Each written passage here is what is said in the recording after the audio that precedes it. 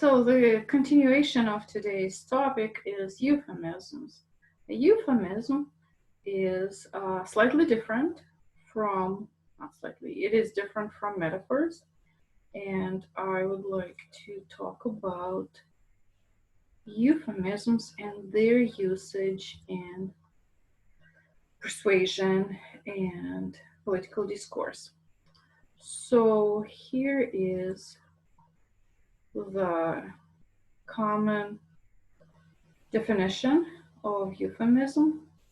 It is mild or indirect word or expression substituted for one considered to be too harsh, too blunt, when referring to something unpleasant or embarrassing. And that is also a common feature of everyday speech. It's not necessarily propagandist. It is a common way people try to soften things when they talk about something unpleasant. One of those things that we try to avoid talking about directly is death. So quite often people say passed away instead of died. People say dearly departed instead of dead. When we talk about animals, we say put to sleep instead of euthanize. So that's a common topic that people avoid discussing directly. So death is not the only one. There are lots and lots of others that we try to discuss differently. For example, instead of saying that somebody is going to have job cuts, they can talk about downsizing. And there are several options, and we use a word that is milder, not as negative, not as unpleasant. We can say that we're using euphemisms. So we can sometimes encounter this expression, left to pursue other interests, instead of saying that someone was fired from a job. People say that senior citizen is a euphemism for old person. We don't want to sound negative, and we want to avoid using this expression old person. To spare their feelings, we can say senior citizen. People say that the word abortion can be replaced by pregnancy termination. Again, that would be a euphemism because we're not saying the word that some people consider negative and replace it with something that avoids this negativity. Negative patient outcome is an interesting example.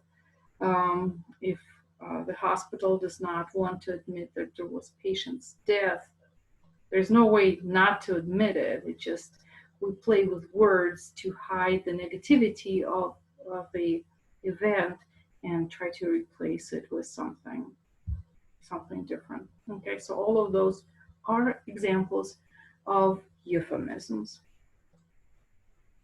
So if you've heard of George Orwell, there's this quote that in our time, political speech and writing are largely the defense of indefensible, and so political language consists of question begging and sheer cloudy vagueness.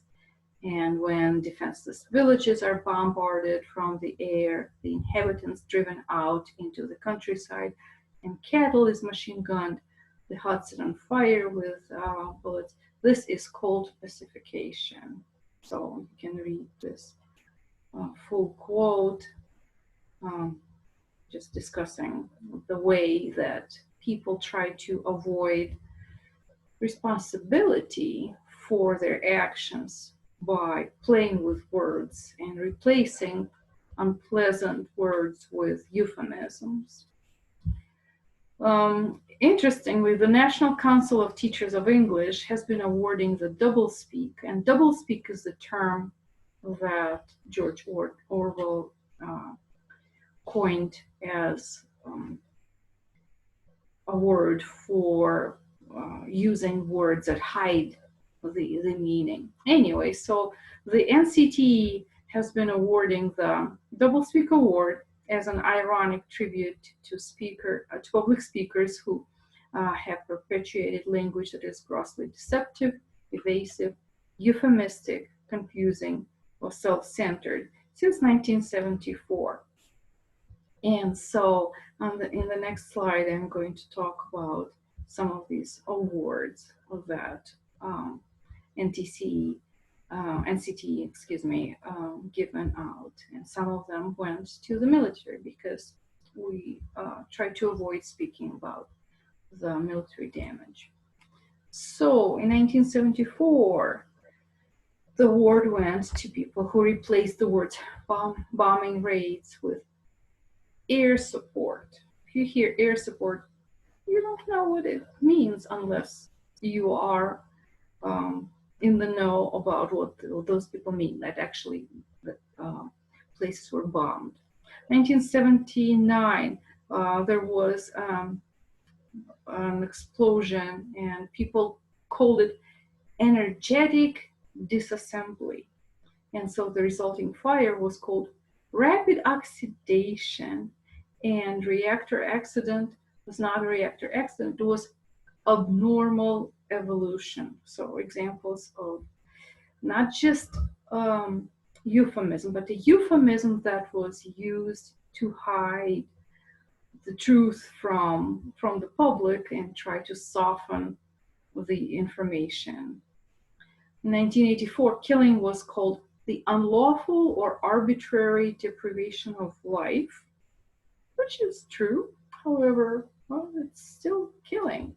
1986, the word explosion was replaced by the word anomaly.